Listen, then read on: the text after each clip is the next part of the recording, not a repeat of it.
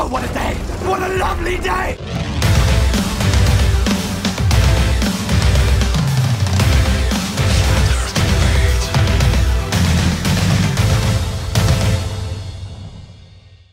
Welcome to Flat Earth Debate. I'm your host, Nathan Oakley, and if you are new to this channel, or you've not done so already, be sure to subscribe and hit the bell notification icon to keep up to date with the Flat Earth Debate.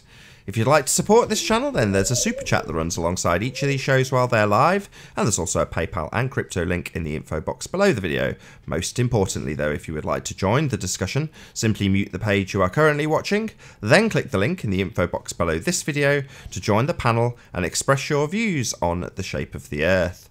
If you do join, please don't swear. If you do, you'll be ejected, and if you are, please don't try to rejoin the stream using sock accounts. You'll be warmly welcome back on the next stream.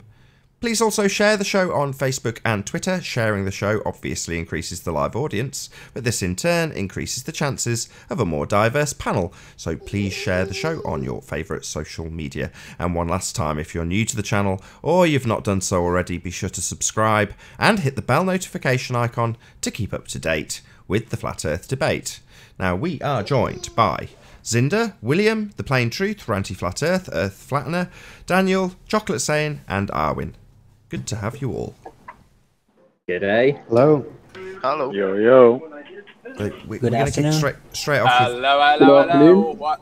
Hello. We've got you up already, Ranty, so you were telling us just before the show started about what you've caught here. So do you want to give us a bit more info? Well, I'm posing a question to the panel, basically, which is, I'm looking at a building in the distance. It's 10.15 miles away. And there should be nearly 70 foot of drop. Now, my observer height is 705 feet to the hill, and then another 5 feet on top, so about 710 feet high. And I'm looking at this Haitian power plant. Now, unfortunately, I can't get a height for Haitian power plant. However, from all observations that I've done before, I would guess it's no more than 350, maybe 400 feet high. So I'm essentially about 300 feet higher than this building itself. And I'm looking at it as it's going down the drop. It's dropped another 70 feet, should have been gone from its height. So why am I looking parallel to the roof? If I pause it in a moment, why am I looking parallel to the roof and not looking down or onto the roof? So my first question is, what's the elevation of the ground floor? Oh, it's right on the water. This is Okay. right on the water. Hisham is right on the water. Okay, there you go. All right, good. So essentially, it's half the height of where I am. It's 10 miles away. So when I'm looking across at it, I should be looking down onto the roof of it, surely. But if you look at the sides of the building and the front of it there, you could run a line across that and it's completely straight. So is it that we're looking up to the building? Because it certainly doesn't look like we're looking down at the building. It's too far away. You're looking straight at it. It should also be tilting away from you, shouldn't it? It should. And I did a video. Yeah, but that was my point in the in-between show. That is, that if it's 10 miles away, you're only 1/6 of a degree, according to the curvature. So it's even less for them. They'll say that's even smaller of a degree. You're not going to notice the. Even though I agree with you, Chocolate, I totally agree with you, but their answer is going to be it's even more diminished. But again, I mean, I've still got to ask this question: why am I not looking down onto the roof? I know what the answer is going to be, but that to me that doesn't make sense. The roof is also a flat surface. Hold on. You know what the also answer's going to be. looking parallel at. So there should probably be some kind of micro diffraction right there. Sorry, you know what the answer's going to be. What What do you mean you know what the answer's going to be? Ever considered that? What's the answer, Nath? I'm asking you what your question was. You said you know what the answer's going to be. What did you mean?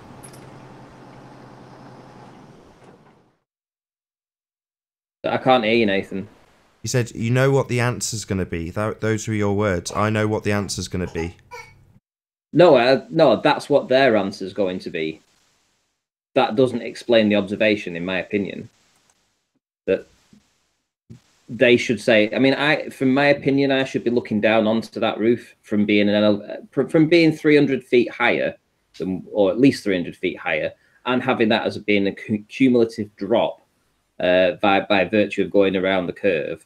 It should also be tilted backwards as it goes around the curve, and none of this seems to be evident in the video. None of the wind turbines are curving or tilting. Nothing. That building, I'm not looking down onto it. I'm looking essentially across at it, or if not slightly up at it.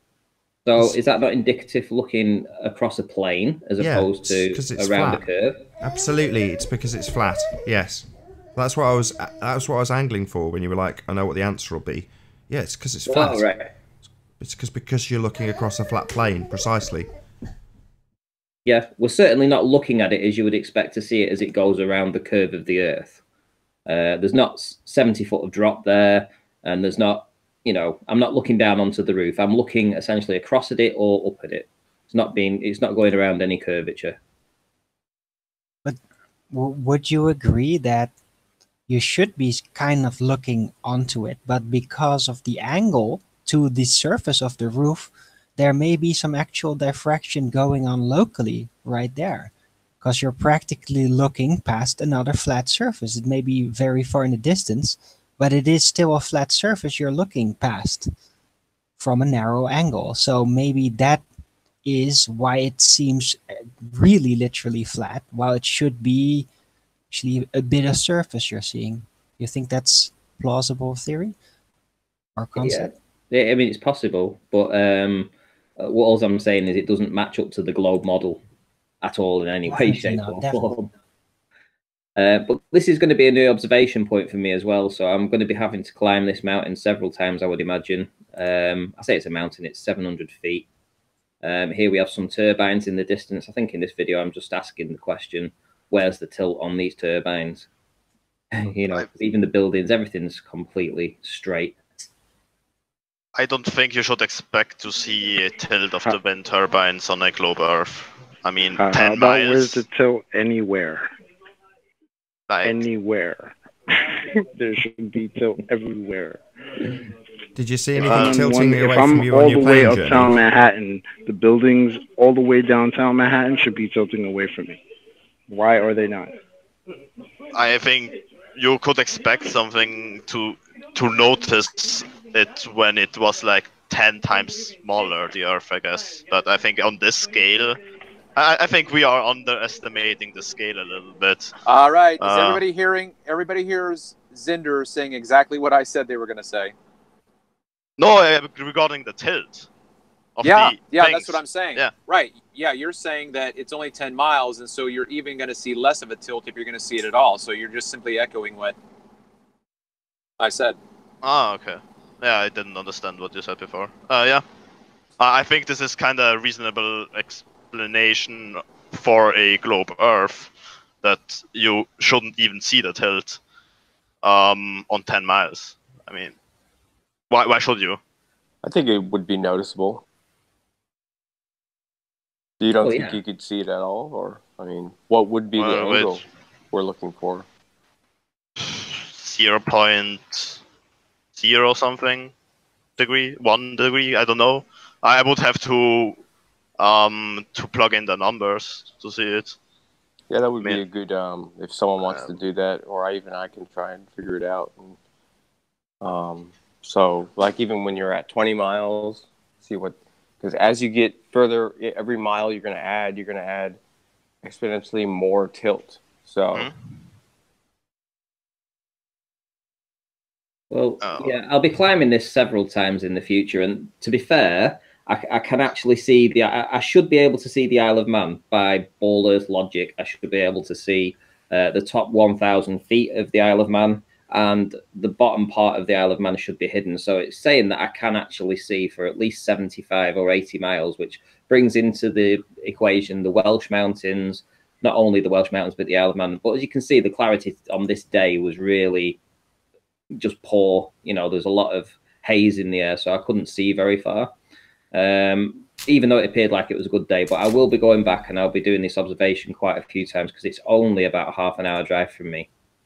And as I pan around, you can see for so far you can see it's going to be great to do these observations from. And I will also be able to see the wind turbines in the Irish Sea. So yeah, let's bring it on. Let's see if there's any tilt if we can see any tilt at those distances. I'll show you on Google Earth actually. Well, I'm glad you brought it back to tilt. I don't know who was speaking just before you were, Ranty, but they'll happily say that we can see the accumulative obstruction, you know, at the horizon when using a begging the question calculator. What about the accumulative tilt? Oh, no, you won't see any tilt. The great scale negator, as Travis puts it, stops us seeing tilt. Oh, you'll see accumulative obstruction when ignoring all elements of perspective, though. And there's your globe proof, because we use a calculator that assumes art. So there's your proof. If I did it right, these wind turbines should be tilted at 0.4 degrees around it. On 10 miles. At 10 miles, yeah. 0.4 of a degree, so half a degree tilt. That's not chicken feed. What about 35 miles? What should the tilt be over that sort of distance? Because there is no doubt in my mind that these will be visible.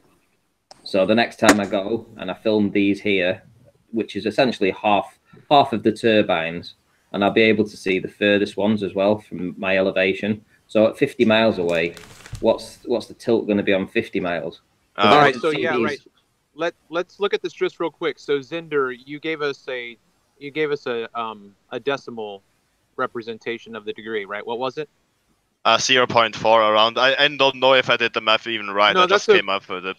Right, but that's okay. But it's still meaningless in terms of even saying what a degree is. A degree is meaningless because we don't know what the distance is.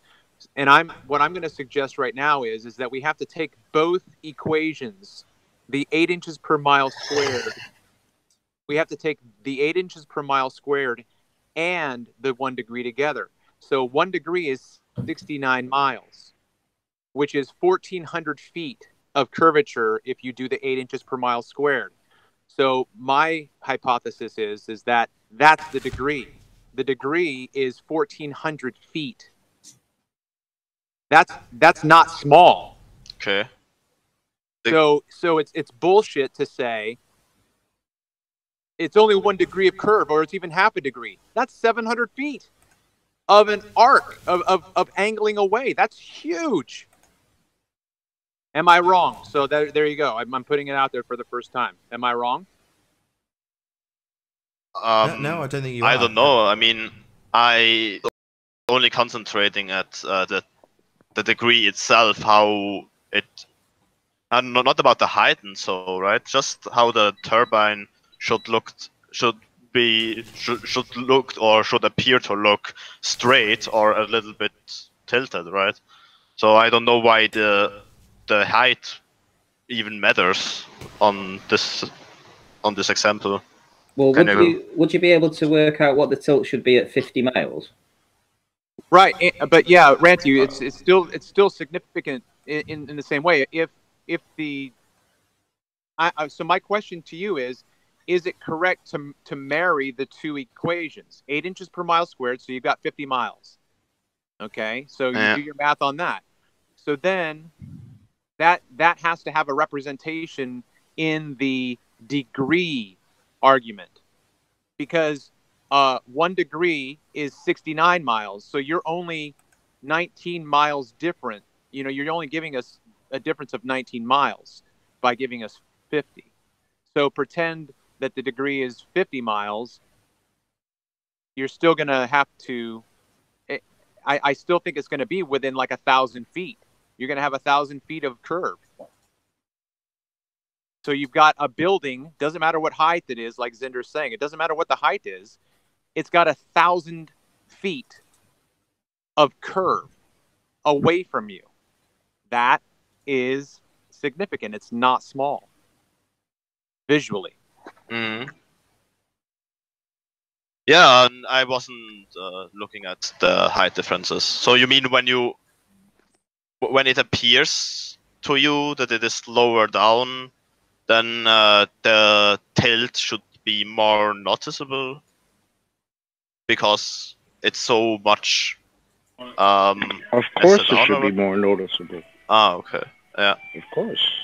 It's never noticeable ever. We're only ever told why it's not noticeable, or how it's only this, that, and the other degree. Nothing's ever tilting away from us, ever, under any circumstances. Mm. Kind of interesting. Ever. And the borrowers don't bring that up, which I find very cute, because they'll tell you, oh, this building is half gone, so that's curvature of the Earth. But where's the tilt? Oh, it's not tilting because you just can't see it. Really? So I can't see half the building because of the curve. But being that if it is curving away from me, it should be tilting according to reality, and it's not. It's just not. So yeah. Yeah, interesting. I can tell you real quick how I thought to how I think it should be calculated on the tilt. I mean, I just took 40,000 kilometers, which is the thing of the Earth. I don't remember the word. Circumference of the Earth. Then I divided it by the actual distance, and then I've seen 1 in 860, and then I took 360 degrees and divided it by 860, and then I got, you know, the tilt that I should have, right?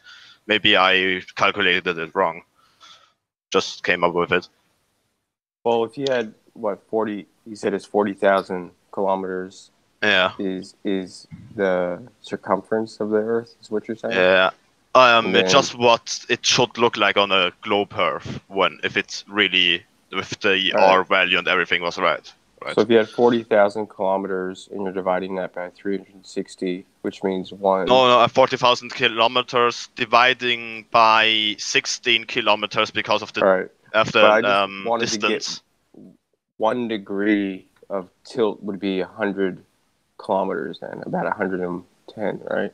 I don't remember it. 0.4 was... Yeah, 0.4 was like 16 kilometers, so I don't know, around 36 kilometers or so should be 1 degree, I think. I'm thinking differently, because if you start at A and you go all the way around the world and you come back to where you were... I miscalculated it, I think. Seems like, I don't know. Yeah, it seems pretty easy that if the Earth, to travel all the way around the circumference was 40,000 kilometers, then you just divide that by 360, which gives you 111 kilometers per degree of tilt. Mm-hmm. Yeah, so, you can put it that way too. It's completely right. Why is there not a tilt calculator already developed? Right? Or would that be the same? I'll answer that. Because, let me answer. Because they've hijacked perspective, so specifically the limitation based on the angle is what they tell you is Earth curve. Not curve, but obstruction. So we never see any curve. That doesn't exist. But obstruction at the horizon, which can be explained with the limitation of your angle, that is called curve. Nothing else. Obstruction at the horizon. Copy that.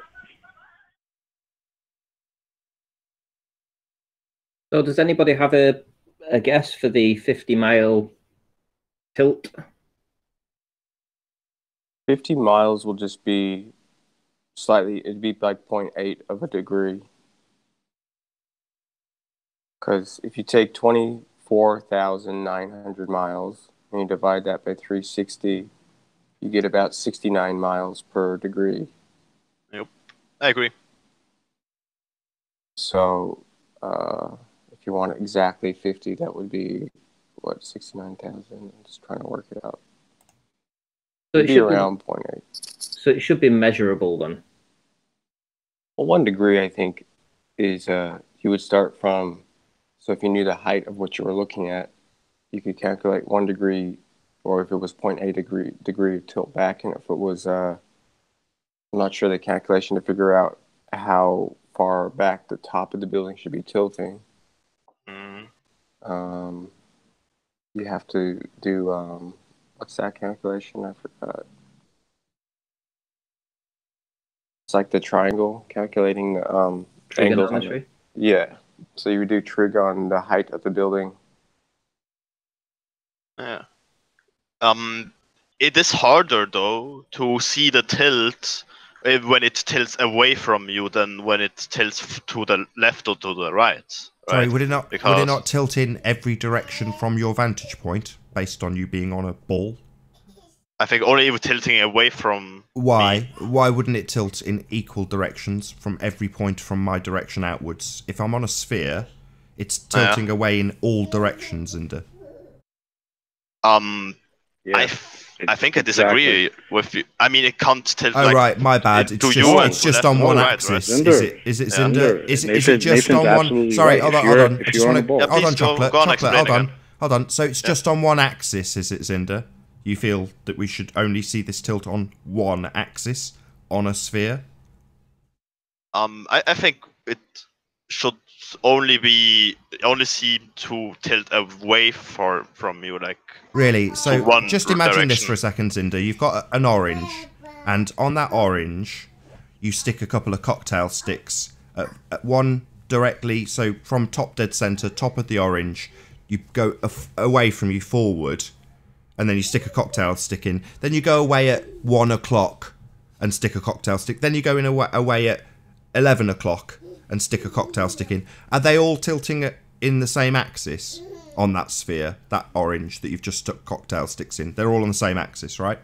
No, they tilt in other axis, of course. Oh, right, but that would be different for Earth, right? Like you've just asserted. No, just one axis. Just away I from thought us. from my perspective, it would only tilt in away from another perspective. It would also tilt in another way. No. Zinder, I'll say it one more time.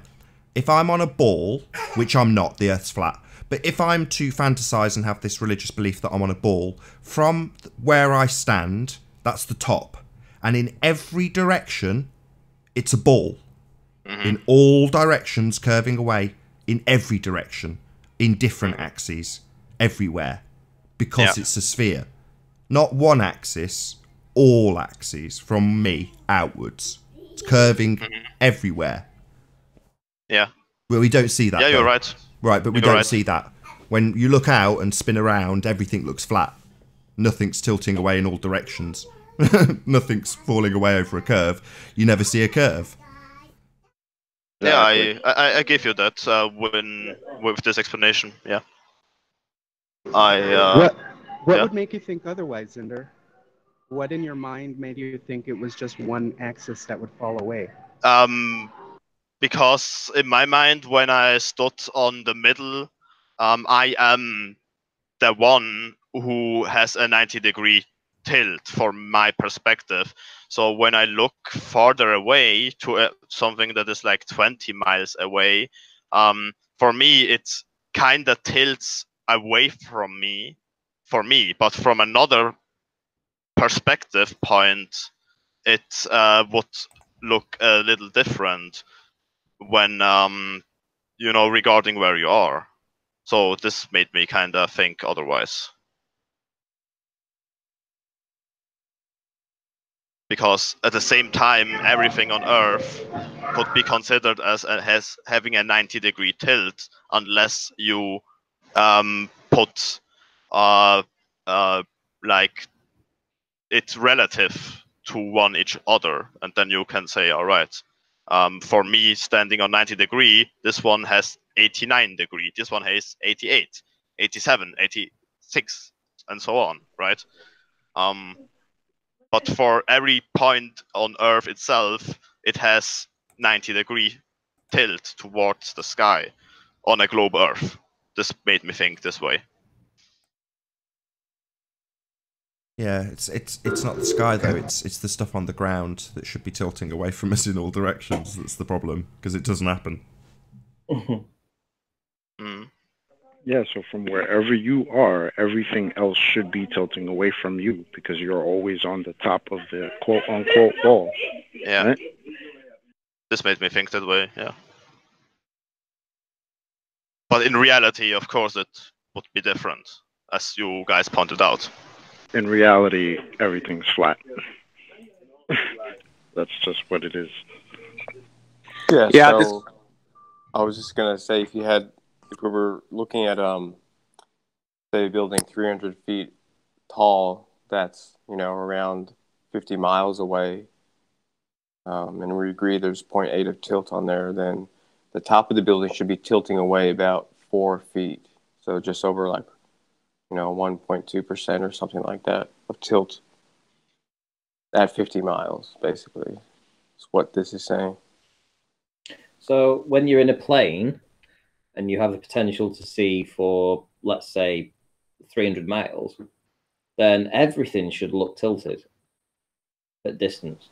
Oh, well, yeah, you'd be getting into definitely seeing a lot of the curve there, Yeah, but not the horizon. We're not looking at the horizon, because people mistake the field of view, which is how far you can physically see, which will be a circle.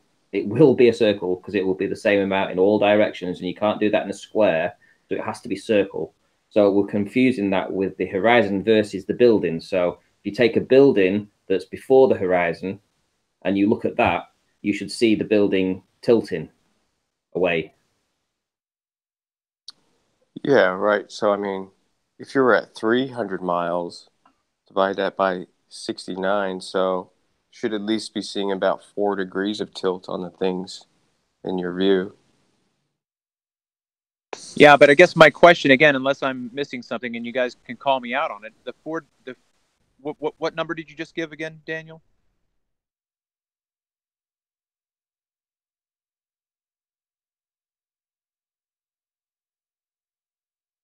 What number did who? Sorry, who my give? 4.3. Sorry, my mic was on mute.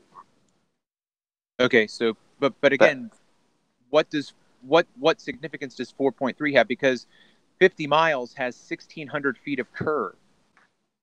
That's more significant in my mind than so if you've got a 300-foot building at 50 miles, there's 1,600 feet of curve. I mean, just visualize that even abstractly in your mind. That's a huge degree of You're talking arc. about the bulge. The bulge would be 1,400 feet tall. You mean that's obstructing you? No, I'm not talking about the obstruction. I'm talking, in my mind, I'm visualizing what a building 300 feet high arching away at 1,600 feet of drop. I mean, if you just drop that back 1,600 feet, in my mind at least, is more significant than we're led to believe. Yeah, so I guess, I'm just not sure where 1,600 feet is coming from. Well, that's the 8 inches per mile squared ratio. That's if you're at 50 miles away. Mm-hmm. If you're at 50 miles away, squared times 8 divided by 12, that's 1,666. You would have to be looking at quite a downward angle just to see away from you, then just to see there. Because if you look straight out, I guess that's what I'm saying. Right? You just said it. Right? You just said it. You would have to be looking down a significant degree. That's what I'm saying. Which So, go ahead. Oh well, I was just because we were actually talking a lot yesterday talking about gyroscopes with Nummy, and we were talking about ring laser gyros and all that kind of stuff yesterday. So, which sort of ties into it, because if you know you're looking level from where you've set your gyro, then and you look at the horizon, you see stuff that's 50 miles away, and you're looking level, then how can there be any curve? You're just looking straight ahead. So for one, you're not looking down. There's no tilt on anything you see in the horizon. Yeah. All these things. I mean, don't understand why people can't really get it yet. I guess I'd like some affirmation. The gyro is used to maintain the level of the aircraft, right? Real quick. Yeah, but you could also use it to align a telescope. All right. So when a plane lands, right, is that gyro ever does a pilot ever have to reset or recalibrate that gyro to a different angle based off he just flew around a curve, and obviously he's not on the same level he was.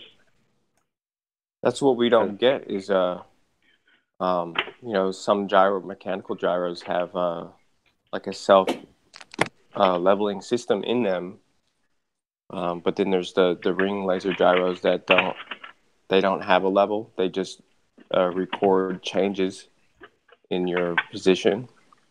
Yeah, isn't that what Mr. Thrive and Survive did with his theodolite? He set it level in his location, and then when he got to Baltimore, he didn't have to reset it because he was level. Otherwise, yeah, you would have. Because you're changing. I don't think the pilots need to recalibrate the gyroscope in the airplanes. I think they're just No, right. Yeah, I think that's what Chocolate's saying. I think we would agree with you. That's our point.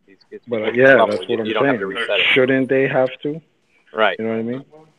It would yeah, just if they be were flying around a curve, because when you read about gyros, people go on about drift in the gyros, and there's some people saying that the drift is just like mechanical flaws in the gyro that make it slightly start to curve.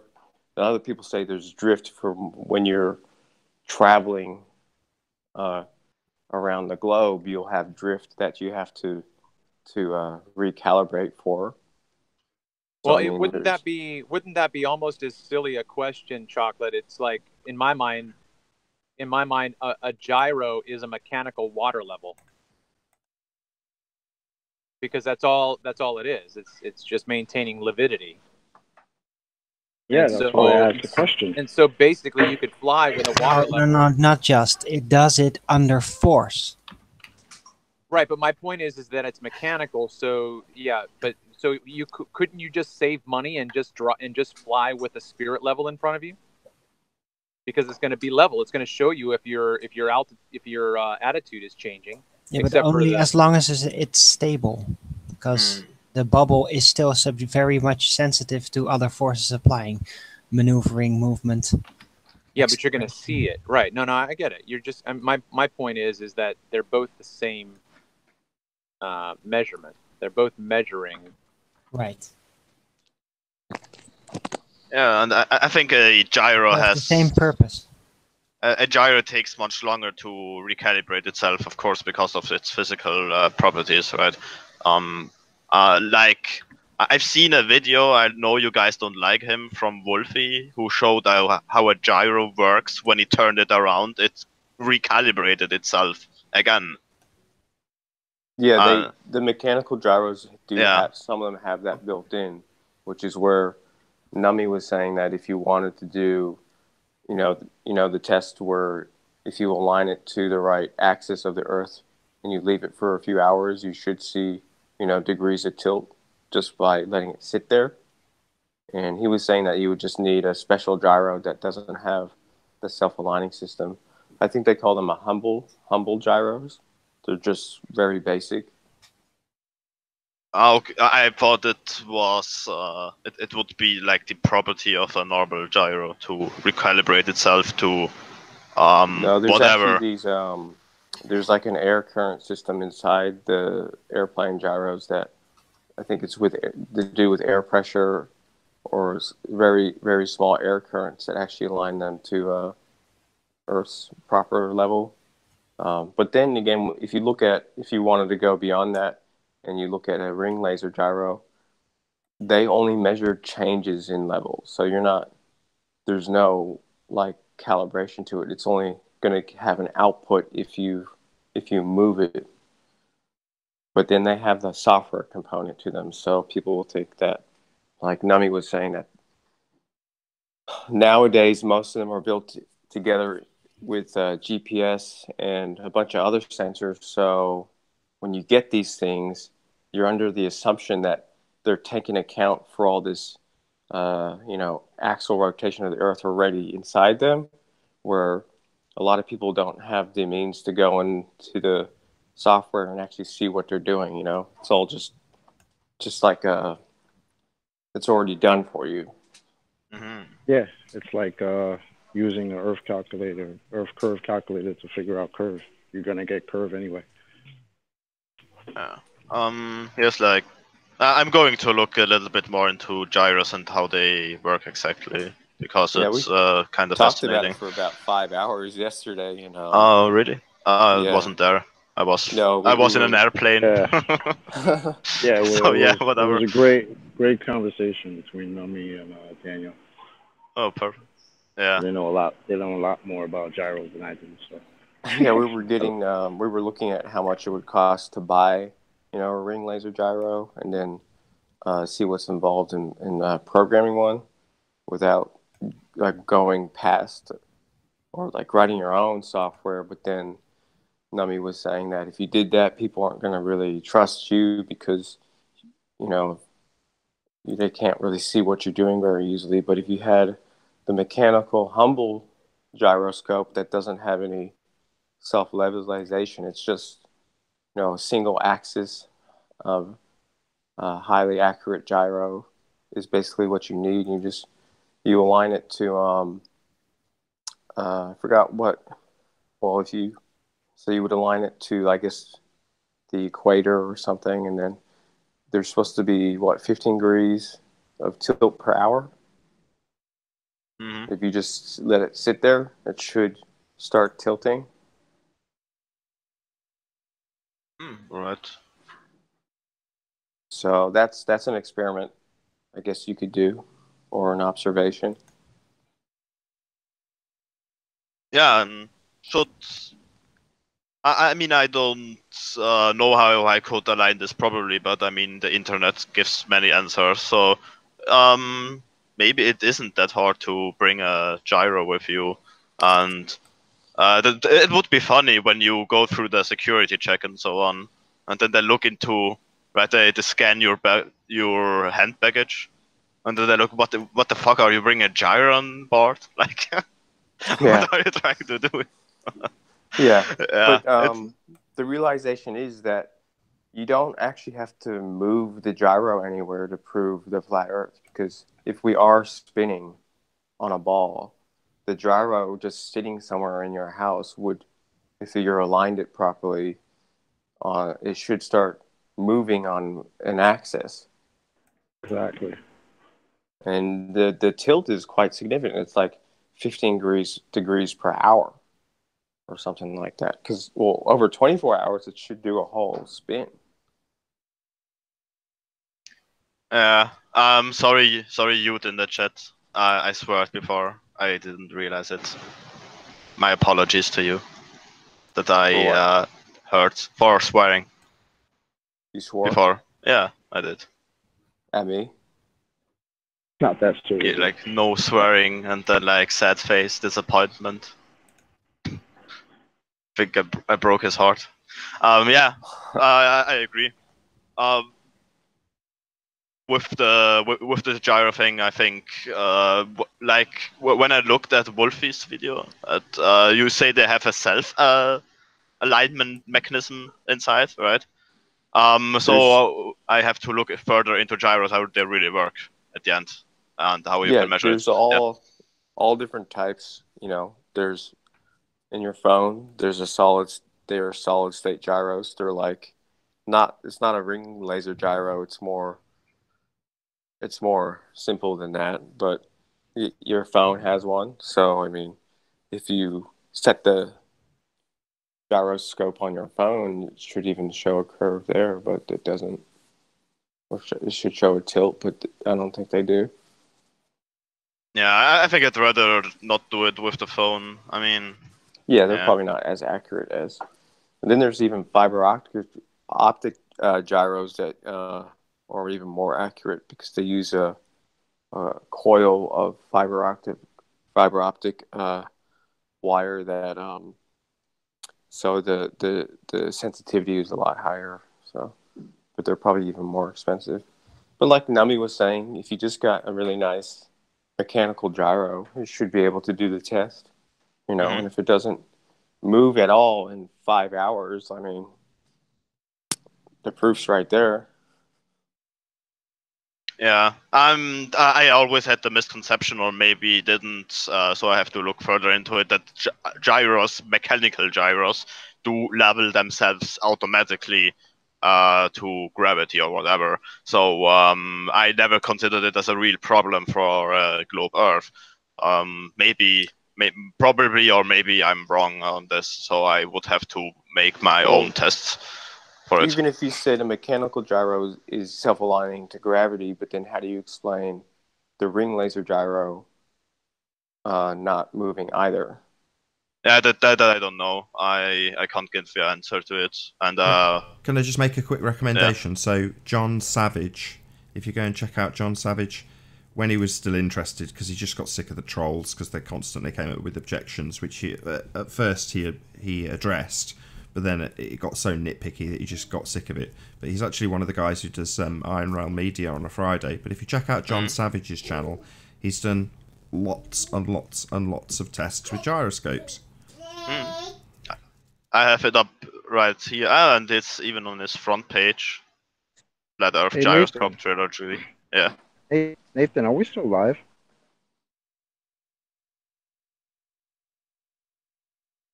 Yeah. Nathan? Took me a second to check, but still... yeah. Okay. Yeah, I got his channel open here. Yeah, he has on his front page of his YouTube channel 1 year old Flat Earth Gyroscope. So okay, I will look at it. Thank you. Hello. Yeah. Sorry, I had to pop out for a moment. No problem. Because IPS was talking about me, gossiping about me, so I had to troll him a bit during his live stream. So just to go back to what I said about marrying the two equations, do you guys agree with what I'm saying, or am I wrong? Well, it may or may be. What you're saying is how they should operate their begging the question model, Travis. So this makes me twitch, if I'm honest. You know, all we're addressing is the fact that they say we shouldn't see any tilt, right? Well, why shouldn't we see any tilt? Oh, what's that tilt according to a model? Who cares? I understand what you're saying. Okay.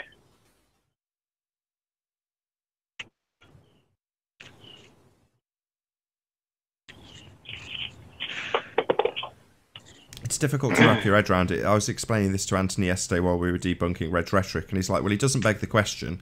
It's like, yeah, he does. Just because he doesn't actually put the mathematics on screen with the radius value spelled out for you doesn't mean he's not begging the question. He automatically assumes Earth is a sphere, and it's the sphere Earth that's causing this phenomena. Right? That's begging the question. He's already got the assumption of what's causing this phenomena. He's not investigating it in any way, shape or form. He's already got the answer. He's begging the question proof of nothing. Perspective omitting model is what causes this phenomena, right? Well, that's begging the question. But most people don't realise when they're doing it. It's like, well, should we work out more accurately what we should or shouldn't see based on what the sphere model tells us? It's like, well, as soon as you say what the sphere model tells us, that's where you're begging the question. Yeah. So by that respect, they're always begging the question, because they always assume it's a sphere before they do anything. Right.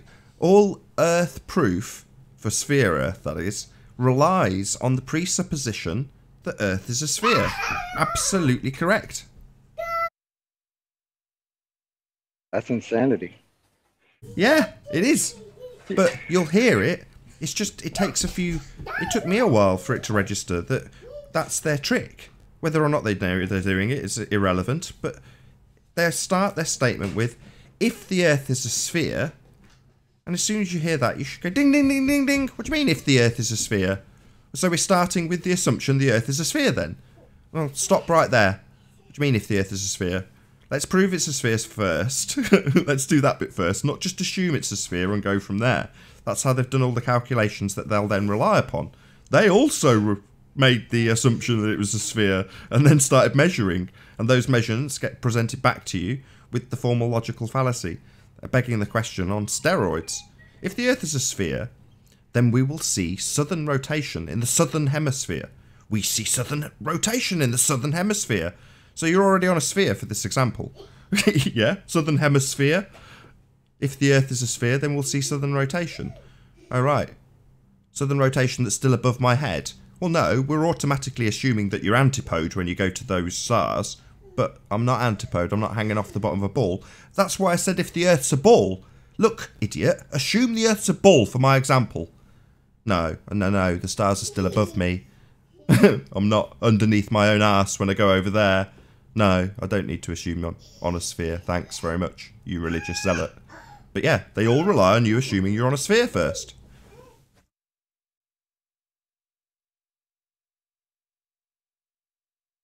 When I was in Bangkok, I talked to people about the globe Earth, because when I tried to talk to them about the flat Earth, they didn't really understand what I even want from them, right?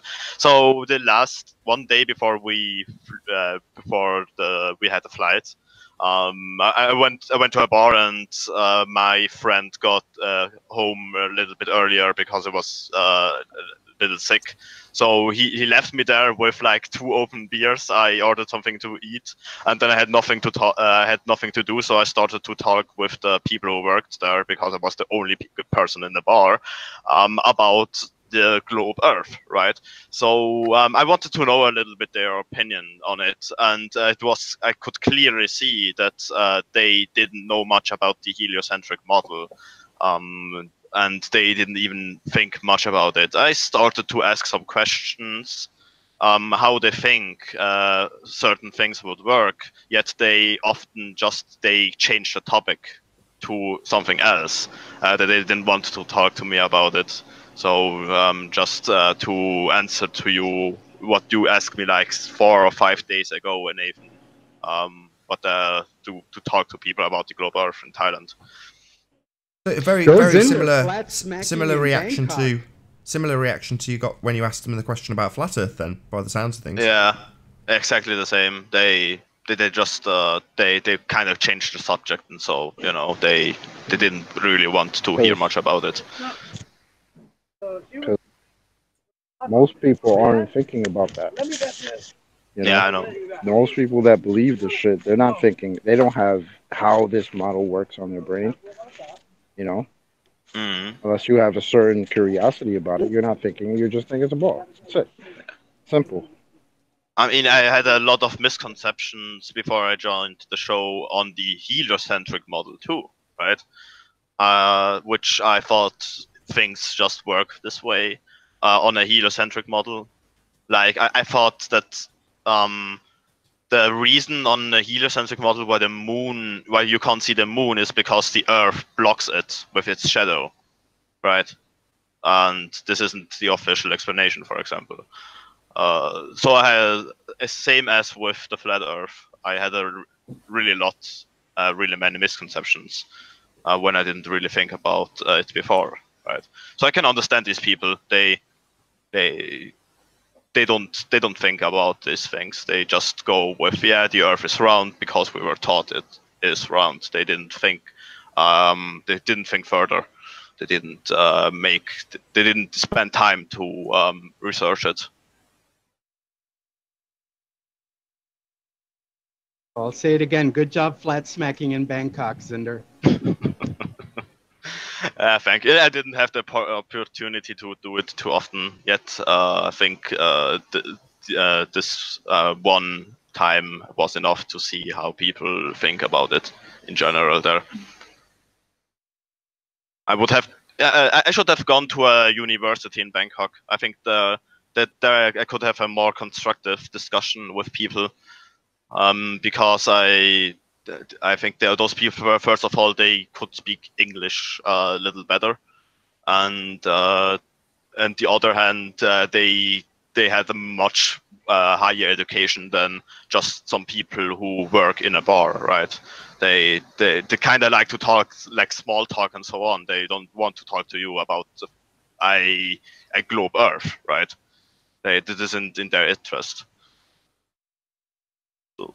You know what it is? You find yourself when you start getting into this flat Earth shit, you find yourself having to learn the heliocentric model even better than you knew it in order to find the flaws in it. Mm-hmm.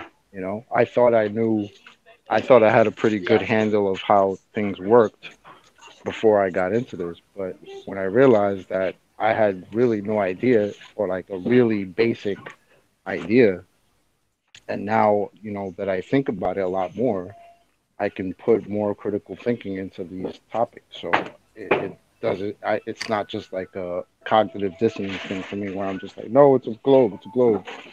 You know? Yeah. I think you're right. I think flat earthers in general know more about the heliocentric model than globe earthers who just don't really think about it, because when you get taught at school that things work a certain way, often enough until a certain degree or until a certain age, they don't explain to you why they work this way. They just say to you it works this way, and then you go with it, right? Yet when you when you want to understand things, you have to question those things, which is the reason why I think many flat earthers know more about the heliocentric models than non-flat earthers. In percentage, I mean, let's say there are 10,000 flat earthers and there are 100,000 globe earthers. In percentage, globe earthers know more about globe Earth than flat earthers know more about globe Earth than globe earthers do. Right. Yeah. Well, if you constantly get banged over the head with globes of all sorts, then eventually you start to pick them up off the ground, figure them out, and use it back. Yeah, you're right. Yet, to become a flat earther, I think it would need a little bit more from me, because it isn't enough to say how things don't work on a globe Earth. I would like to know how things work on a flat Earth, but it is a big question that maybe we can never answer, right? Because flat earthers don't have the fundings to do so, like NASA or so, who get a lot of money. You can explain things with the angle of view things, for example. This was a good job from you guys. Oh, thank you very much. I might round out on that note, actually. So with that, I'm going to say first and foremost a huge, massive, enormous thank you to all of the debating panel for making this debate possible, and of course a massive thank you to all of the live audience for tuning in and hopefully sharing this debate. If you hated the show, then you know exactly what to do. You smash that like button, then smash it again. Dislike button. Right. Yeah. Smash that dislike button, then smash it again. But if you like the show, maybe consider sharing it with a friend or subscribing if you've not done so already. I've been Nathan Oakley, and I'll see you in the next video. If you missed the first show, by the way, it's going to start on a replay on my second channel. There's a link in the chat box. Oh, what a day! What a lovely day!